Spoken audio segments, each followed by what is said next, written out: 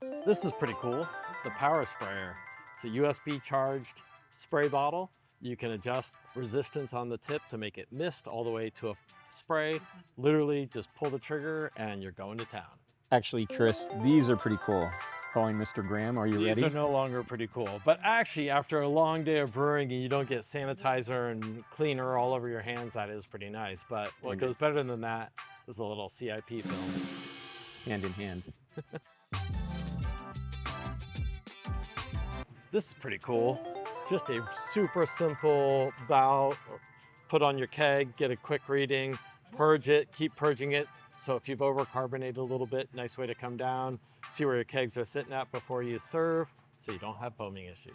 You know, Chris, what's really cool about this product is it also adjusts in the back, so you can adjust at which the pressure relief comes out. These are pretty cool. Worm clamps with a nice big thing you can do with your hands instead of trying to hit that screwdriver and you accidentally go too far and you cut your knuckles up after a long brew day. These are pretty cool.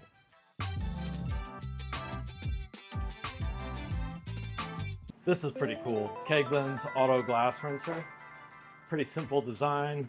You just drill a hole through your countertop, put this down in, hook your water source on here, sits flush, push your bottle in, lets water out, and then that just all gushes down into your basin and you're good to go. Great for a home bar.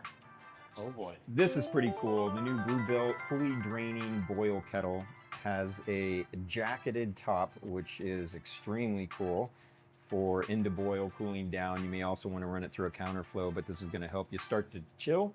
It also has a tangential whirlpool on the inside, which is at this level the first of its kind, I believe.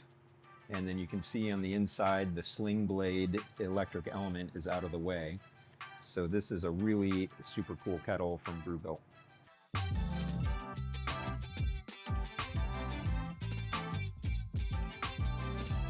This is pretty cool. This is a low volume CIP spray rotor from Kegland that will work with your normal brewing pump. Normal brewing pumps don't have enough PSI to spin traditional stainless CIP balls, but this one, it will rotate with low pressure, spraying PBW up and down to clean your entire fermenter without having a hand scrub.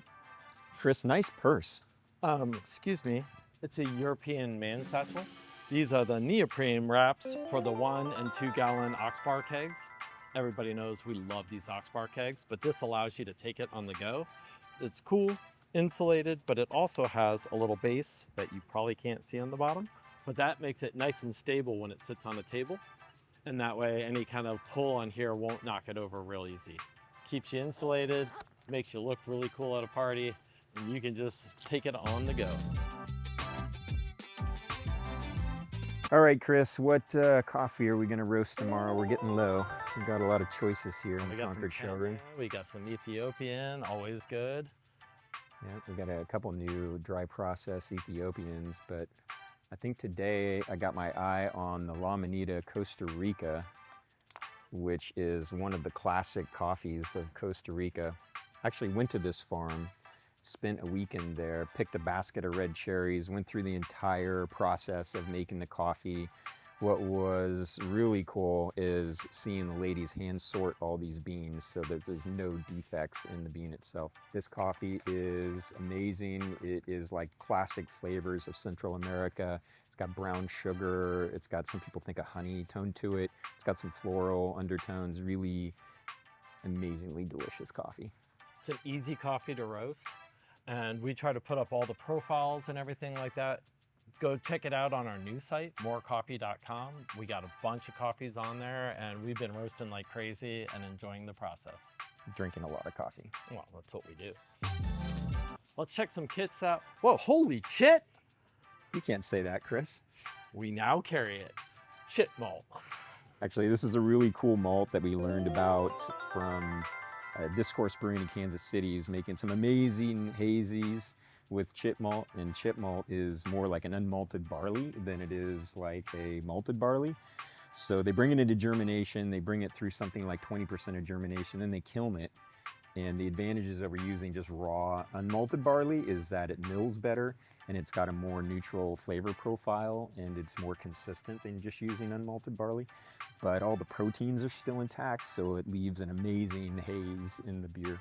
Really excited to try it in our next hazy beer. Awesome.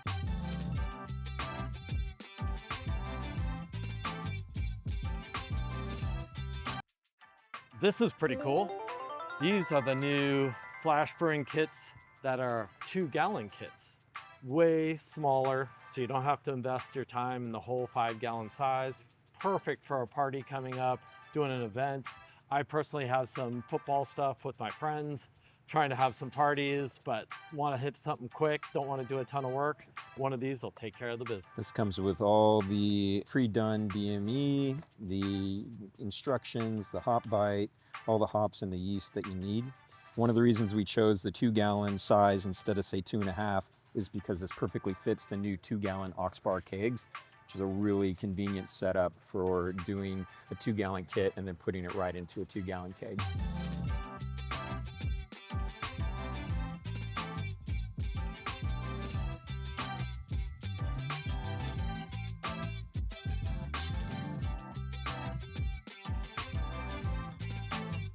I'm a real boy. Wet and dry yeast here. I wonder if next they'll make you a fanny pack. I'm a real boy. Is this better? Oh, no, actually cross-body's where to go. Cross body? Yeah, Just right here. yeah, that's how you do it. I see you constantly recording. I'm a real boy.